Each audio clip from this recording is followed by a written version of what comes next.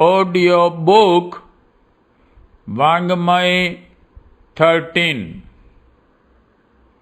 गायत्री की पंचकोशी साधना एवं उपलब्धियां। चैप्टर 5 पार्ट 7 प्राणाकर्षण की सुगम क्रियाएं। प्रातःकाल नित्य कर्म से निवृत्त होकर साधना के लिए किसी शांतिदायक स्थान पर आसन बिछाकर बैठिए। दोनों हाथों को घुटनों पर रखिए। मेरुदंड सीधा रहे, नेत्र बंद कर लीजिए। फेफड़ों में भरी हुई सारी हवा बाहर निकाल दीजिए। अब धीरे धीरे नासिका द्वारा सांस लेना आरंभ कीजिए। जितनी अधिक मात्रा में भर सके फेफड़ों में हवा भर लीजिए। अब कुछ देर उसे भीतर ही रोके रखिए। इसके पश्चात सांस को धीरे धीरे नासिका द्वारा बाहर निकालना आरंभ कीजिए। हवा को जितना अधिक खाली कर सके कीजिए। अब कुछ देर सांस को बाहर ही रोक दीजिए, अर्थात बिना सांस के रहिए। इसके बाद पूर्णवत वायु खींचना आरंभ कर दीजिए। यह एक प्राणायाम हुआ। सांस निकालने को रेचक, खींचने को पूरक और रोके रहने को कुंभक कहते हैं। कुंभक के दो भेद हैं। सांस को भीतर भरकर रोके रहना अंतः कुंभक, और खाली करके बिना सांस रहना बाह्य कुंभक कहलाता है। रेचक और पूरक में समय बराबर लगना चाहिए, पर कुंभक में उसका आधा समय ही पर्याप्त है। पूरक करते समय भावना करनी चाहिए कि मैं जन शून्य लोक में अकेला बैठा हूं और मेरे चारों ओर विद्युत जैसी चैतन्य जीवन शक्ति का समुद्र लहरें ले रहा है। सांस द्वारा वायु के साथ साथ प्राण शक्ति को मैं अपने अंदर खींच रहा हूं। अंतः कुंभक करते समय भावना करनी चाहिए कि उस चैतन्य प्राण शक्ति को मैं अपने भीतर भरे हूं। समस्त नस नाड़ियों में, अंग प्रत्यंगों में वह शक्ति स्थिर हो रही है। उसे सोख कर देह का रोम रोम चैतन्य प्रफुल्ल, सतेज एवं परिपुष्ट हो रहा है। रेचक करते समय भावना करनी चाहिए कि शरीर में संचित मल, रक्त में मिले हुए विष, मन में धंसे हुए विचार सांस छोड़ने पर वायु के साथ साथ बाहर निकाले जा रहे हैं।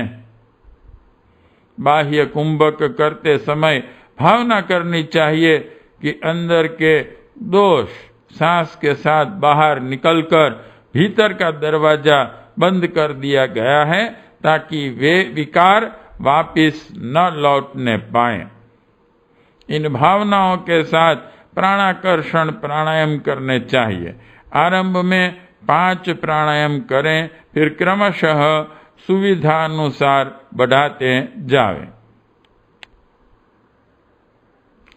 कहीं एकांत में जाओ, समतल भूमि पर नरम बिछौना बिछाकर पीठ के बल लेट जाओ।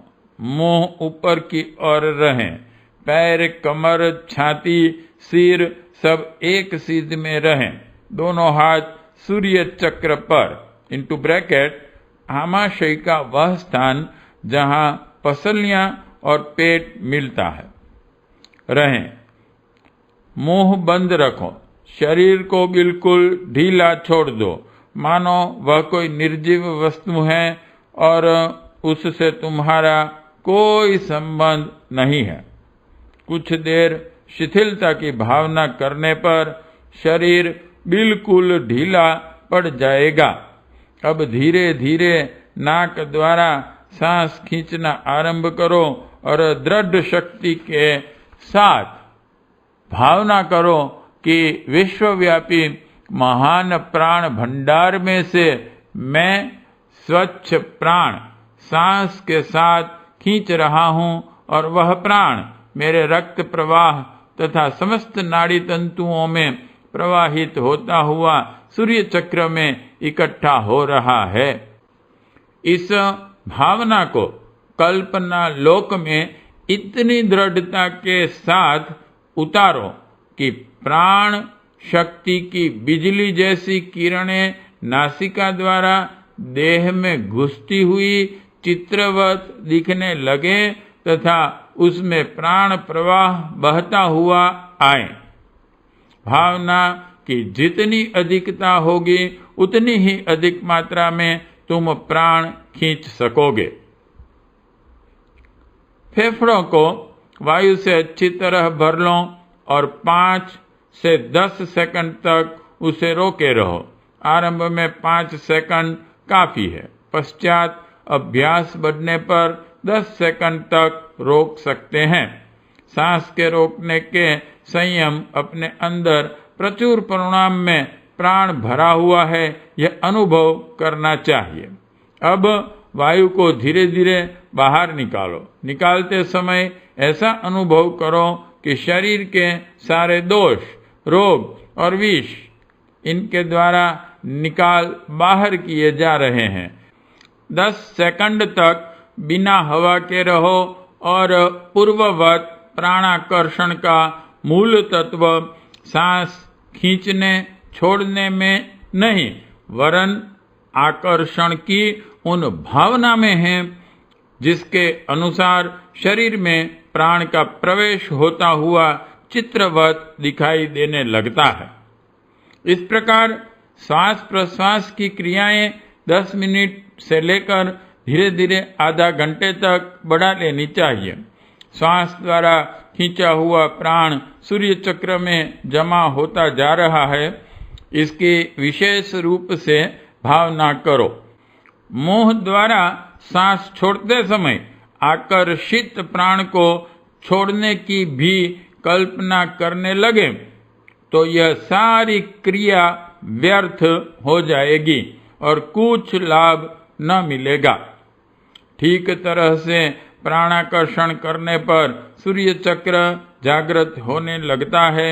ऐसा प्रतीत होता है कि पसलियों के जोड़ और आमाशय के स्थान पर जो गड्ढा है वह सूर्य के समान एक छोटा सा प्रकाश बिंदु मानव नेत्रों से दिख रहा है।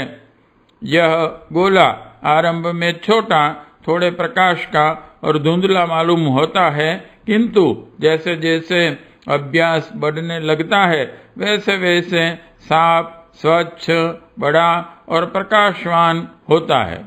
जिनका अभ्यास बढ़ा चढ़ा है उन्हें आंखें बंद करते ही अपना सूर्य साक्षात सूर्य की तरह तेज पूर्ण दिखाई देने लगता है। वह प्रकाशित तत्व सचमुच प्राण शक्ति है। इसकी शक्ति से कठिन कार्यों में अद्भुत सफलता प्राप्त होगी। अभ्यास पूरा करके उठ बैठो। तुम्हें मालूम पड़ेगा कि रक्त का दौरा तेजी से हो रहा है और सारे शरीर में एक बिजली सी दौड़ रही है। अभ्यास के उपरांत कुछ देर शांतिमय स्थान में बैठना चाहिए। अभ्यास से उठकर एकदम किसी काम में जुट जाना, स्नान, भोजन, मैथुन करना निषिद्ध है। ऊपर सर्वसाधारण के उपयोग की श्वास प्रश्वास क्रियाओं का वर्णन हो चुका है। इसके उपयोग से गायत्री साधकों की आंतरिक दुर्बलता दूर होती है और प्राणवान होने के लक्षण प्रकट होने लगते हैं। प्राणमय कोश की भूमिका को पार करते हुए 10 प्राणों को संशोधित करना पड़ता है। पार्ट 7 समाप्त।